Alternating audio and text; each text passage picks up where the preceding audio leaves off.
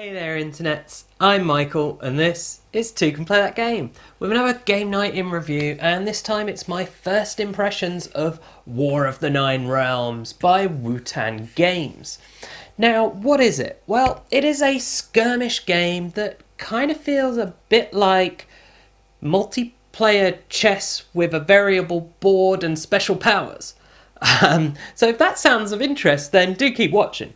The whole idea of the game is that basically it's come to the end of the world, which is Ragnarok, and everyone is at each other's throats. You've got the ice giants attacking, everyone's gone to Midgard, and they're all fighting there.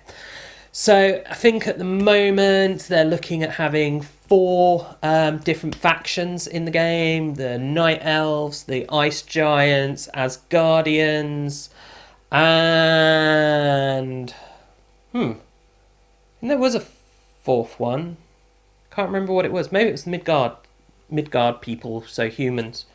And I don't know if that will be changing at all, because at the moment it is still in development. It was a prototype I was playing, and I actually bumped into the guy writing the rules, so that was very useful, as well as the designer and everything being there. That was really good, and that was at the UK Games Expo.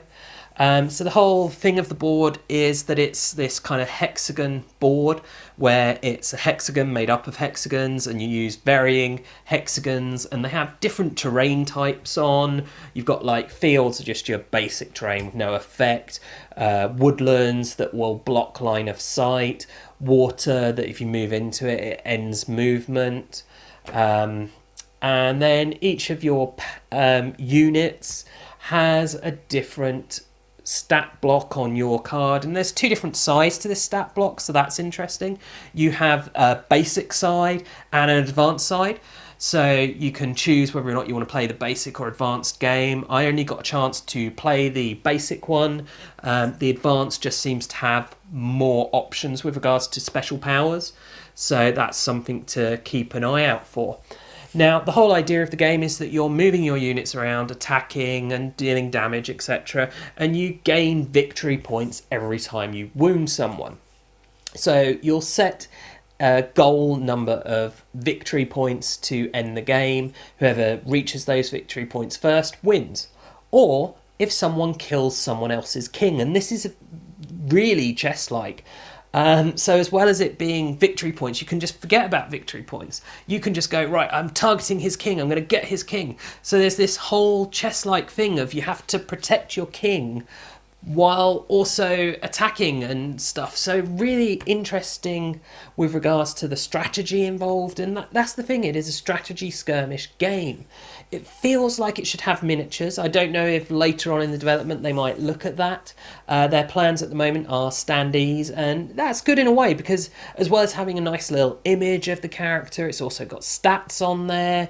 So that's kind of a useful reference as you're looking. You can see, all right, that's that one. And there's, as well as images, you've got symbology there that means, all right, I know that's my king because he's got the crown on, etc., which works nicely. All the different special powers seemed really well and balanced. You've got ranged combat as well as near combat. You've got some characters can do healing, etc. A really good, really interesting game, and a big bonus was that I won. Because unfortunately the person giving us the demo wasn't aware about the whole king rule, and this is where having the guy writing the rules came over and he was like, oh, you just killed his king, you've won. Excellent. Because he'd brought his king out, he was the first person to go, and then my wife, basically they were attacking each other. She did some damage to his king, and then I just came out with a load of archers, which were Valkyries I think, and just pummeled his king with arrows, and he died. So that was quite a quick, short game, but I did enjoy it. I'm interested to see what else happens with this game and to get an eye on what the final product would be. But if you're interested in that kind of skirmish game, or in a more thematic version of chess with some special powers and variable board setup, then this might be a game for you to keep an eye out for, especially if you like that whole Norse Viking aspect fighting game. Okay, that's my thoughts on War of the Nine Realms by Wu-Tang Games. I do hope that you've enjoyed this video. If you have, please do check out the rest of the videos on the channel, as well as subscribing to the channel and sharing it with your friends and family. And do also take a look at us on social media. You can find us on Facebook and on Twitter. And as always, thanks for watching, and bye for now.